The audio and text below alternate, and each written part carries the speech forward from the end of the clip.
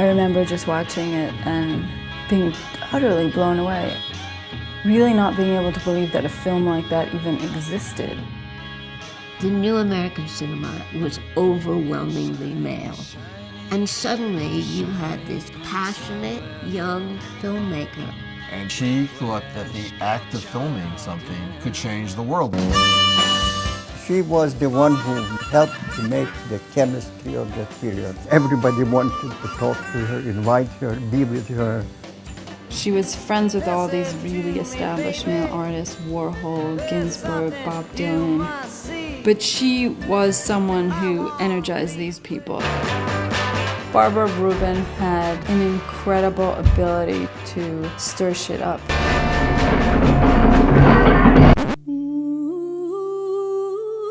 I don't know how it happened. From being the intense filmmaker to being a Hasidic Jew, it was like definitely a shock. There's a Talmudic saying that says, somebody who's reaching for the stars and comes back to their faith, they reach a level that even the most holy person can't reach. I see the light, I see the light. And that is only half the story.